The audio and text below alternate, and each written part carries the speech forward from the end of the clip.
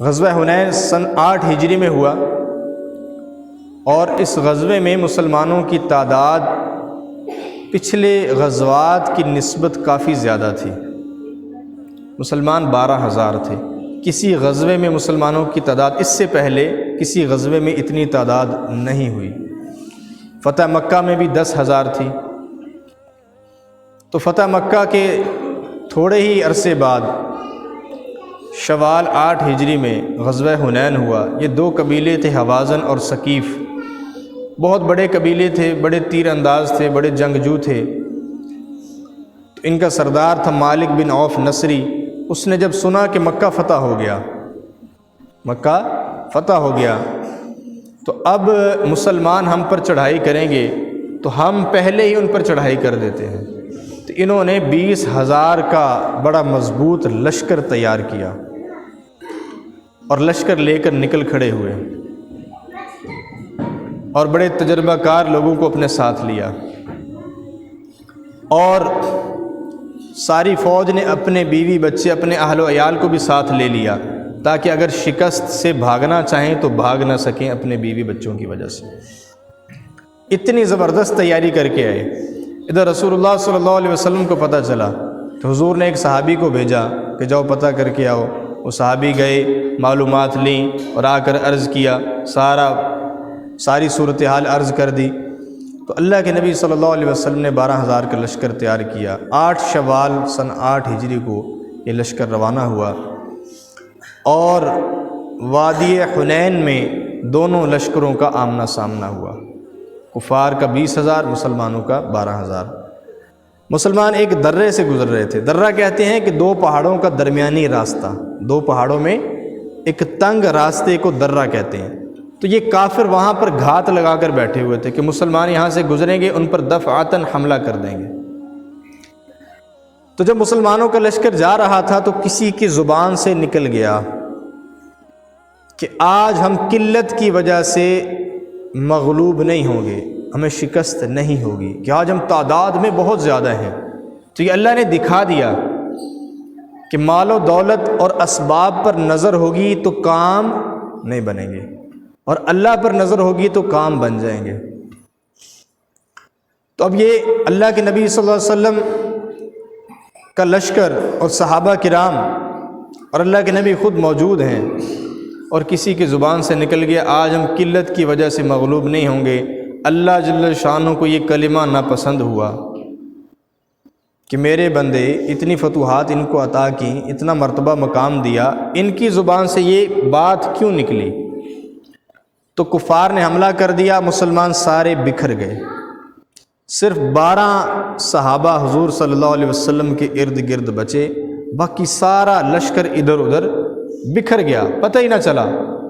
مٹی اور دھول میں اور لڑائی میں آنن فانن پورے لشکر کی ساری ترتیب خراب ہو گئی، اور کفار بڑے خوش ہوئے کہ آج مسلمانوں کو شکست ہو گئی، آج ان کا طلسم اور ان کا جادو ٹوٹ گیا۔ تو اللہ کے حبیب صلی اللہ علیہ وسلم کفار کی طرف بڑھ رہے ہیں اکیلے ہی،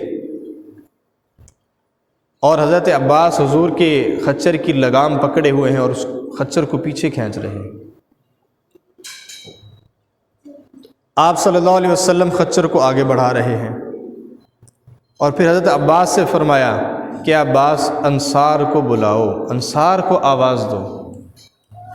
تو حضرت عباس کی آواز بہت اونچی تھی، انہوں نے آواز دی، یا معشر الانصار، اے گروہ انصار، اور دوسری آواز لگائی، یا اصحاب السمرہ، اے کیکر والو، یعنی وہ جو بیعت رضوان ہوئی تھی حضرت عثمان رضی اللہ عنہ کے بدلے کے لیے، کہ جب حضرت عثمان رضی اللہ عنہ کے بارے میں مشہور ہوا کہ کفار نے مکہ میں ان کو شہید کر دیا، تو 1400 صحابہ نے آپ صلی اللہ علیہ وسلم کے دست اطہر پر شہادت کی بیعت کی کہ ہم شہید ہو جائیں گے آپ کی خاطر۔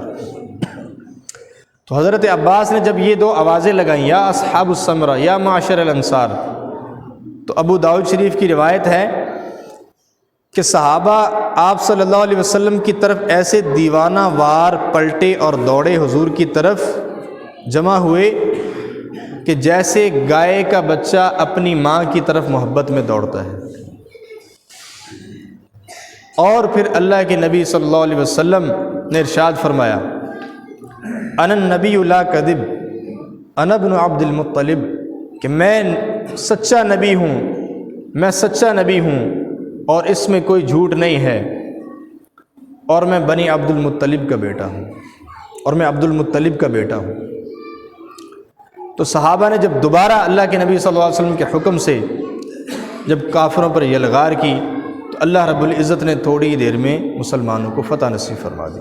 جبیر بن مطعم رضی اللہ عنہ کہتے ہیں، جبیر بن مطعم صحابی ہیں، وہ کہتے ہیں کہ میں نے دیکھا کہ دونوں لشکروں کے درمیان آسمان سے ایک کالی چادر اتری، وہ جب چادر اتری اس میں سے سیاہ چونٹیاں دونوں طرف بکھر گئیں، تو مجھے ذرہ برابر بھی شک نہ تھا، یقین تھا کہ یہ اللہ کے بھیجے ہوئے فرشتے ہیں۔ اس کے تھوڑی ہی دیر کے بعد کفار پیٹ پھیر کر بھاگ کھڑے ہوئے اور اللہ پاک نے مسلمانوں کو فتح نصیب فرما دی، اور بہت بڑا مال غنیمت حصے میں آیا۔ وادی حنین مال غنیمت سے بھر گئی، 24,000 اونٹ، 6,000 قیدی، 40,000 بکریاں، 4,000 اوقیہ چاندی، اتنا زیادہ مال غنیمت۔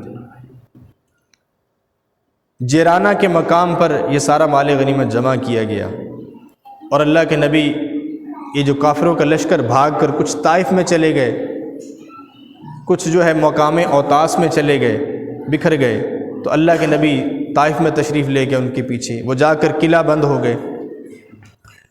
پھر وہاں سے واپسی پر اللہ کے نبی صلی اللہ علیہ وسلم نے یہ مال غنیمت تقسیم کیا،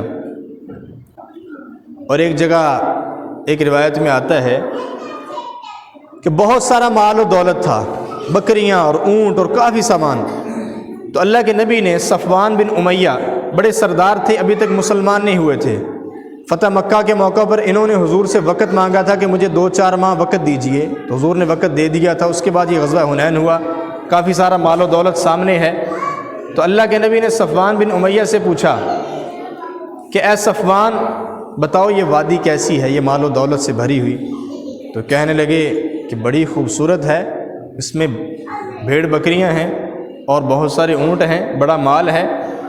تو اللہ کے نبی نے ارشاد فرمایا کہ اے صفوان، یہ ساری وادی، یہ بما ساز و سامان تیری ہو گئی۔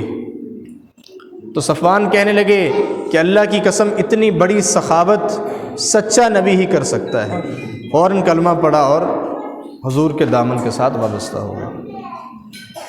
جب یہ سارا مال غنیمت اللہ کے نبی نے تقسیم کیا اور زیادہ تر قریش کو دیا، اپنا مہاجرین کو دیا، اور انصار کو نہیں دیا، انصار کے دل میں یہ بات پیدا ہوئی کہ کیا اللہ کے نبی ہم سے ناراض ہیں، کیا ماجرا ہے، ہمیں مال نہیں دیا اور مہاجرین کو دے دیا۔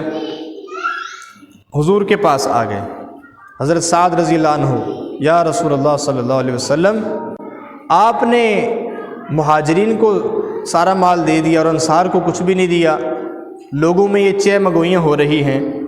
تو صحابہ دلوں کے صاف تھے، جو بات ہوتی اللہ کے نبی کو بتا دیتے، کیونکہ اللہ کے نبی صلی اللہ علیہ وسلم صحابہ کے مربی تھے، ان کی تربیت فرمانے والے تھے، اس لیے اپنے دلوں کے احوال ان کے سامنے رکھتے کہ اگر بات ٹھیک نہیں ہے تو اس کو درست فرما دیں۔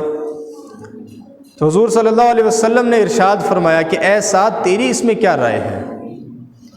تو عرض کی حضور، میری بھی یہی رائے ہے کہ آپ نے مہاجرین کو تو نواز دیا، ہمیں کچھ نہیں دیا۔ تو اللہ کے نبی نے ارشاد فرمایا کہ یہ سارے انصار کو ایک میدان میں جمع کرو، فلاں جو میدان ہے نا وہاں جمع کر دو، جمع کر دیا۔ اب اللہ کے نبی وہیں سے ارشاد فرما دیتے کہ جاؤ ان سے یہ بات کہہ دو، اور جاؤ تم میرے حکم کے خلاف کرتے ہو، نہیں، دنیا کو بتایا کہ قائد کیسا ہوتا ہے، رہنما اور لیڈر کیسا ہوتا ہے۔ انصار کو جمع کیا یہ میدان میں، اور اللہ کے نبی تشریف لے گئے اور فصیح و بلیغ خطبہ ارشاد فرمایا، اور ارشاد فرمایا کہ اے انصار، کیا تم گمراہ نہ تھے؟ اللہ نے میری وجہ سے تمہیں ہدایت عطا فرمائی۔ کیا تم فقر و فاقے کی حالت میں نہ تھے؟ اللہ جل شانہ نے میری وجہ سے تمہیں غنا عطا فرمایا۔ اور تم کیا ذلت میں ڈوبے ہوئے نہ تھے؟ اللہ نے میری وجہ سے تمہیں عزت عطا فرمائی۔ اور پھر پوچھا، اے انصار، جواب کیوں نہیں دیتے؟ اگر تم جواب دینا چاہو تو یہ جواب دے سکتی ہو کہ یا رسول اللہ صلی اللہ علیہ وسلم، جب آپ بے یار و مددگار تھے ہم نے آپ کی نصرت اور مدد کی، جب آپ کی قوم نے آپ کو گھر سے نکالا ہم نے آپ کو ٹھکانہ دیا۔ اے انصار، اگر تم یہ بات کہو تو تم بالکل سچ کہو گے۔ اور پھر ارشاد فرمایا اللہ کے رسول نے کہ انصار میرے اندر کا لباس ہیں اور باقی لوگ میرے باہر کا لباس ہیں، اور اگر باقی لوگ ایک وادی اور گھاٹی کو چلیں اور انصار دوسری وادی اور گھاٹی کو چلیں تو میں اس طرف جاؤں گا جس طرف انصار جاتے ہیں، اور اگر ہجرت میرے مقدر میں نہ ہوتی تو میں انصار میں سے ہی ہوتا۔ تو یہ محبت بھری باتیں جب انصار نے سنی تو ایک آہو بکا کی فضا پیدا ہو گئی، آنکھوں سے آنسو رواں ہو گئے، داڑیاں تر ہو گئیں۔ روایات میں آتا ہے کہ انصار کی روتے روتے داڑیاں تر ہو گئیں اور یہ پکار اٹھے، رضینا رضینا یا رسول اللہ، ہم راضی ہیں، ہم اس پر راضی ہیں، ہم اس تقسیم پر راضی ہیں کہ لوگ تو